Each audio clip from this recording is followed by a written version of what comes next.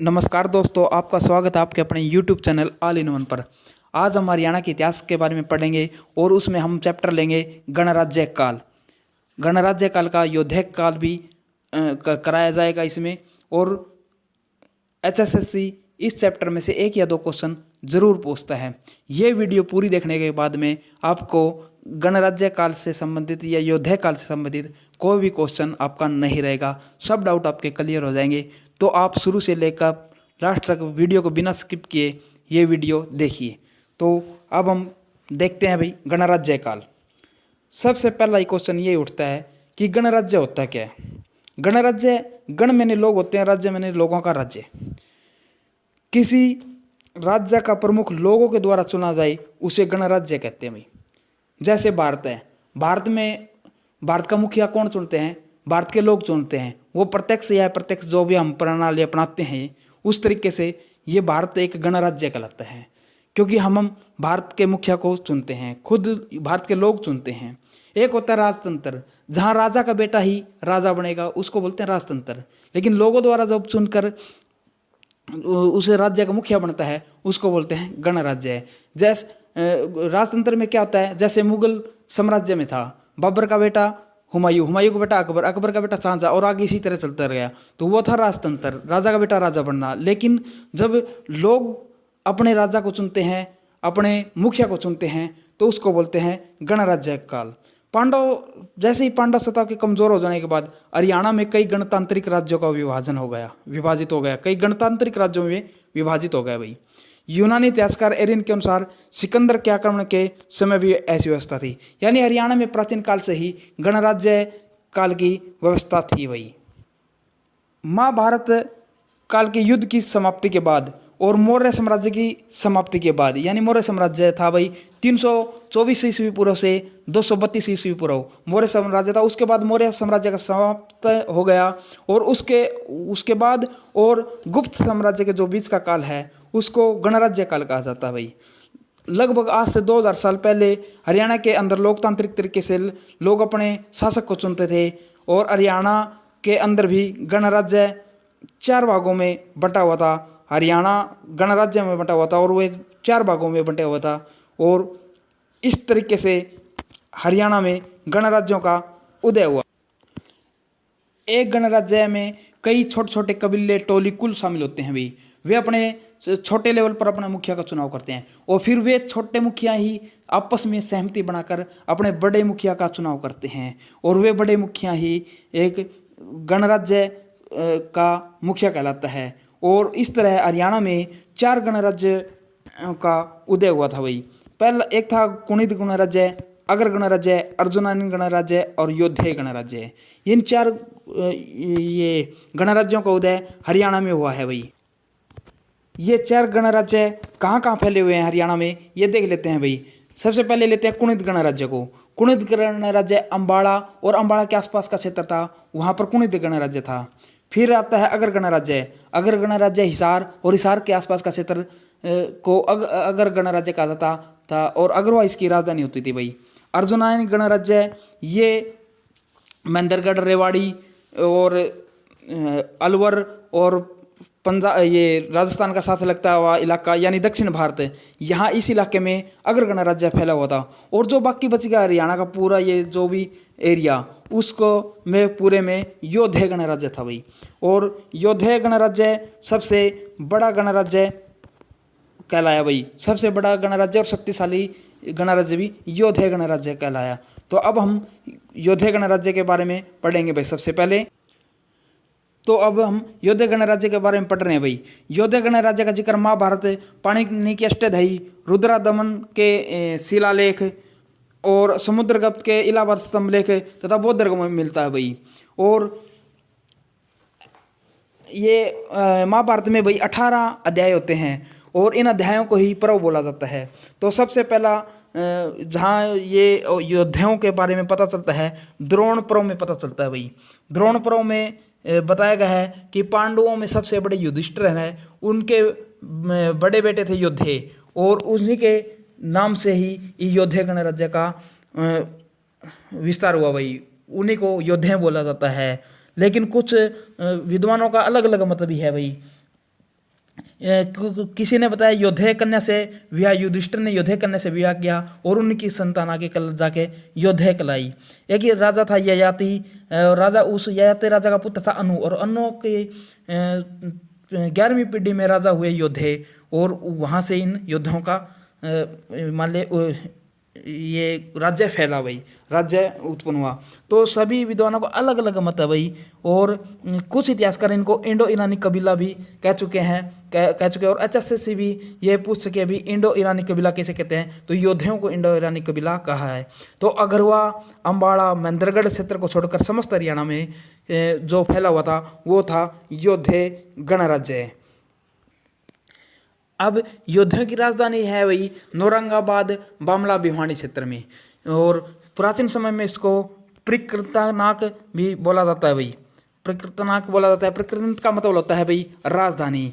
तो ये वर्तमान में भिवानी जिला में पड़ती है भाई। और प्रशासनिक दृष्टि ने योद्धाओं को ने अपने शासन को 2 हिस्सों में बांटा था। जैसे अब हरियाणा में 6 डिवीजन है, उसी तरह उस टाइम पे हरियाणा में 2 डिवीजन थे, 2 खंड थे उन्होंने अपने प्रशासन को चलाने के लिए।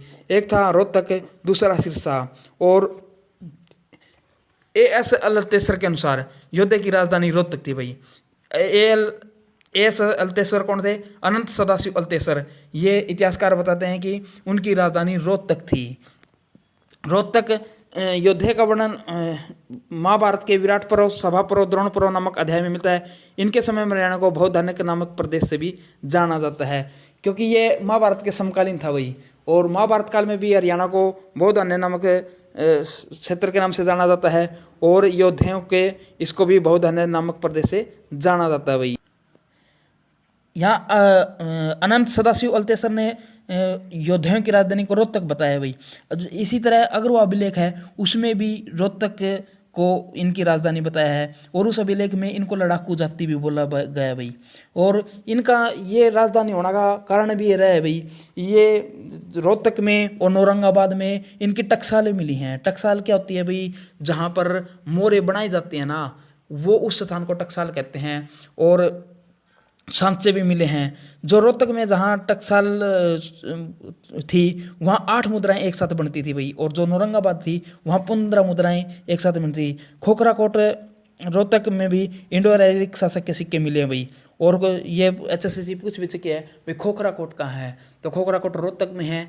और HSC पहले भी पूछ चुकी है। और खोखरा कोट में इंडो ईरानी के शासक के सिक्के भी मिले हैं, और योद्धे गणराज्यों से भी सिक्के मिले हैं भाई इनके। तो इनके बारे में पाणिनि ने भी अपनी पुस्तक है ये अष्टाध्यायी, जो उसमें इनको आयुधजीवी बोला है भाई। आयुधजीवी का मतलब है युद्ध में रत रहने वाले।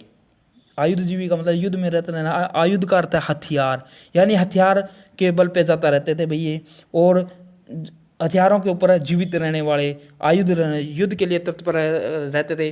और जैसे जो अग्रवा का भी लेख मिला है उसमें भी इनको लड़ाकू जाति बोला गया है।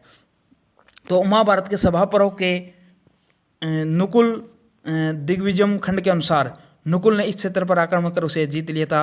नुकुल ने रोहतक सिरसा पर आक्रमण किया। संस्कृत की प्रसिद्ध पुस्तक अष्टाध्यायी की रचना कर महर्षि पाणिनि ने योद्धाओं को आयुधजीवी, युद्ध द्वारा जीवन यापन करने वाला, यानी युद्ध प्रेमी और लड़ाकू माना है भाई। और प्रसिद्ध शासक रुद्रादमन ने अपने जूनागढ़ अभिलेख में दावा किया कि उसने योद्धाओं को हराया था। ये चीज़ अतिशयोक्ति सी लगती है, क्योंकि ये 150 ईसा पूर्व का है, और वो पहले ये इनके समय में बहुत डिफरेंस है। तो ये गुजरात के शासक थे रुद्रादमन, और उन्होंने ये अभिलेख में बताया है, लेकिन ये प्रमाणिक नहीं माना जा रहा भाई। ये एक अतिशयोक्ति सी लगती है। हो सकता है उस टाइम तक कोई छोटे कबीले के कोई युद्ध है हो और उनको हरा दिया हो, उसका अभिलेख हो, तो ये अप्रमाणिक ही माना गया, लेकिन इतिहास में इनका बार बार जिक्र आता है भाई। और सर्वप्रथम कैप्टन कोटले को 1804 में सहारनपुर के पास योद्धे के सिक्के मिले थे भाई। कैप्टन कोटले को सर्वप्रथम मिले थे। बाद में सिरसा, हिसार, गुरुग्राम, करनाल आदि जिलों में भी सिक्कों के बहुत सारे ढेर मिले हैं। यह सिक्के अब गुरुकुल झज्जर में हैं भाई। गुरुकुल जो पुरातात्विक संग्रहालय का, जो हमारा हरियाणा प्रांत का सबसे प्राचीन और महत्वपूर्ण संग्रहालय है, उसमें ये रखे हुए हैं भाई। और 1936 में बीरबल साहनी को खाकरोट रोहतक में योद्धों की टकसाल मिली और टकसाल में योद्धे द्वारा वो सिक्के बनाए जाते थे। नौरंगाबाद भिवानी में भी योद्धे की टकसाल व सिक्के मिले। इन दोनों ही जगह हमें सिक्के बनाने के सांचे भी मिले हैं भाई। तो ये हम अभी इनका जिक्र कर चुके हैं कि भाई जो टकसालें थी रोहतक में और नौरंगाबाद भिवानी में मिली हैं। और जो रोहतक की टकसाल थी उसमें एक सांचे में 8 मुद्राएं एक साथ निकलती थी और जो नौरंगाबाद की टकसाल थी उसमें 15 मुद्राएं एक साथ से निकलती थी। और खोखराकोट से भी सिक्कों का भंडार मिला है। तो इस प्रकार ये जैसे ये इनके सिक्के होते थे और ये सिक्के मिले हैं भाई। और इन के बारे में हमें इतिहास से सिक्कों से इनका इतिहास पता लग रहा है भाई। और इनके सिक्कों पर ये भाई इनके सिक्के हैं, देख लो भाई, ये सिक्के हैं, ये मोर हैं, सिक्के हैं। तो इनके सिक्कों पर भाई योद्धे गणेशम जैम लिखा हुआ होता था, योद्धेम बहुधान्य के लिखा हुआ मिलता था भाई। ये क्या था, ये जो डिमिट्रियस को हराने के बाद योद्धे नाम बहु नामक अंकित किया था भाई। डिमिट्रियस ये कौन था भाई? ये पहला आक्रमणकारी था यमन की तरफ से भाई। यह यमन का आक्रमणकारी था। 183 ईसा पूर्व में इन्होंने इन योद्धाओं पर आक्रमण किया और उसमें इसकी हार हुई। और हार के बाद योद्धाओं ने अपनी इस जीत के उपलक्ष्य में योद्धे नाम बहुधान्य के अपने सिक्कों पर अंकित कराया भाई।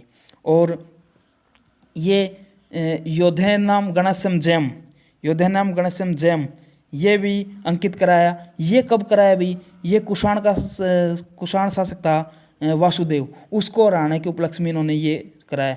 ये भी बाहर से माने जाते हैं, चीन से आए हुए थे कुषाण शासक। और कुषाण शासकों में कनिघम ही एक शक्तिशाली माना गया है भाई। और ये कुषाण शासकों का पहला कुषाण शासक था यूकिमिडियस। और महाभारत और मौर्य काल में भी हरियाणा क्षेत्र को बहुधान्य को बोला गया है, क्योंकि महाभारत और मौर्य काल ये महाभारत काल है और ये योद्धे काल है, ये समकालीन है। तो इनमें हरियाणा को बहुधान्य बोला गया भाई। और योद्धाओं का आराध्य देव भगवान शिव का बड़ा पुत्र कार्तिकेयन थे भाई। उन कार्तिक को ये अपना आराध्य देव मानते थे। इनके सिक्कों पर ब्रह्मदेव शब्द का भी प्रयोग होता है भाई। और इनका प्रतीक चिन्ह था मोर। मोर के चिन्ह इनके सिक्कों पर मुद्राओं पर अंकित होते थे। और उन मुद्राओं पर इन अपने योद्धे अंकित करवाते थे। तो ये कार्तिक के को अपना आराध्य देव मानते थे और उनके सिक्कों पर ब्रह्मदेव शब्द आदि का उल्लेख मिलता है। और ये भी पौराणिक कथाओं में मिलता है कि कार्तिक के रोहतक के आसपास क्षेत्र में अपना निवास स्थान करते थे और उसी को ये, और कार्तिक का वाहन मोर है और ये इनका प्रतीक चिन्ह भी मोर है। योद्धाओं का संघर्ष भाई कुषाणों के साथ भी चलता था। तो पहला कुषाण शासक था विकिमीडियस, जिसने कुषाणों को हराया था। और इनमें प्रसिद्ध कुषाण शासक था कनिष्क, जिन्होंने अपना प्रभाव, अपना शक्तिशाली था वो इन कुषाण शासकों में था। लेकिन फिर इन योद्धाओं में भी अपना क्षेत्र बिखरता देखकर इन योद्धाओं ने अपने और गण राजाओं को साथ लेकर इन्होंने संघ का निर्माण किया। ये थे योद्धे, कुणिद और अर्जुनायन गणों ने मिलकर कुषाण शासक वासुदेव को हराया। और उसके बाद कुषाणों का हरियाणा से सफाया हो गया भाई। तो उसके बाद इन्होंने हराया, मिलके इन्होंने हराया और इसके बाद कुषाणों का सफाया हो गया। और इस उपलक्ष्य में कई इतिहासकारों का मानना है कि भैया अपने सिक्कों और मुद्राओं पर त्रि और द्वि भी अंकित करते थे, जिसका यह प्रतीक होता था कि 2 गणराज्यों ने या 3 गणराज्यों ने मिलकर कुषाणों को हराया है। इन्होंने अपनी मोहरों पर योद्धा नाम जय मंत्र नाम धारणम भी अंकित करवाया। तो इस तरह इन्होंने अपने ये जो मोहरे मुद्राएं थी इन पर इनका अंकन मिलता है।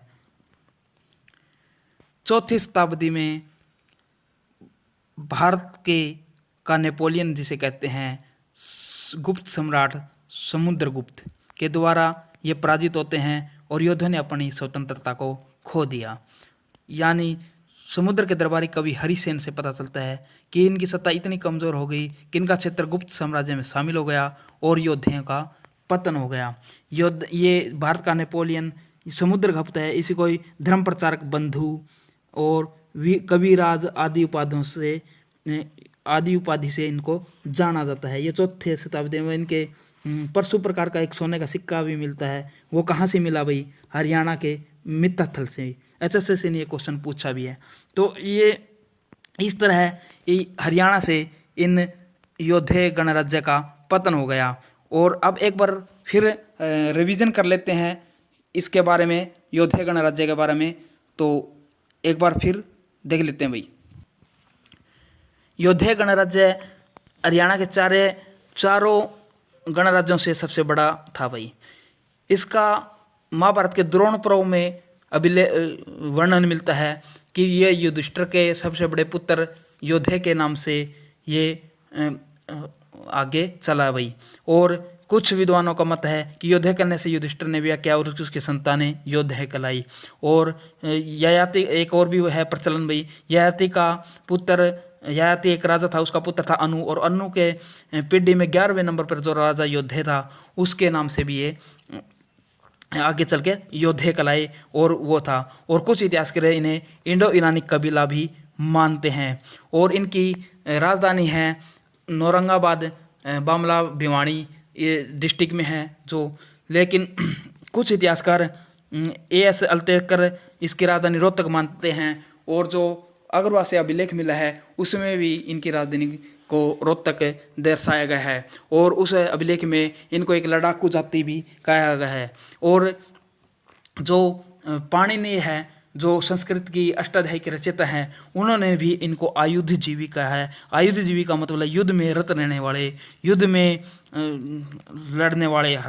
आयुध का मतलब है हथियार, हथियार में जीवित रहने वाले इनको बोला गया है। ये एक लड़ाकू जाति थी भाई। और इनके सिक्के मिलते हैं रोहतक और नौरंगाबाद में भी मिलते हैं। इनके टकसालें मिलती हैं, इनके सांचे मिलते हैं, इनकी मुद्राएं मिलती हैं। और इनका कार्तिकेय आराध्य देव था। और इनका प्रतीक चिन्ह मोर मयूर है। और इनके योद्धे के कुछ सिक्कों पर ब्राह्मण देव अंकित होता है जो कि कार्तिकेय को समर्पित है। कार्तिकेय को अपना ये मानते हैं भाई, अपना आराध्य देव मानते हैं। और डिमिट्रियस पराजित करने के बाद जो पहला यमनकारी शासक था भाई, उसको योद्धे करने अपने सिक्कों पर इन्होंने योद्धे नाम बहुधान्य के लिखवाया था, जो कि 183 ईसा पूर्व में ये लिखवाया गया था। मान ली उस टाइम ये आक्रमणकारी ने योद्धे से हार गया था ये आक्रमणकारी। और कुषाण शासक वासुदेव को हराने के बाद इन्होंने अपने सिक्कों पर योद्धे गणेशम जयम लिखवाया था भाई। और मोहरों पर इन्होंने योद्धेनम जम मंत्रणम धरणम भी लिखवाया था। तो इस तरह इनका ये इतिहास है। और फिर ये कुषाण शासकों पर भी अपना संघ बना के ये 3 गणराज्य आपस में मिलकर कुषाण शासकों को हरा दिया, उनका सफाई कर दिया। और फिर ये अब भारत के ये गुप्त सम्राट समुद्रगुप्त के द्वारा ये अपनी स्वतंत्रता खो देते हैं। और इनकी सत्ता इतनी कमज़ोर हो जाती है कि ये अपना क्षेत्र गुप्त साम्राज्य में शामिल हो जाता है। तो ये थी भाई वीडियो। आपको कैसी लगी आप कमेंट, लाइक और सब्सक्राइब करके बताएं। आपका बहुत बहुत धन्यवाद।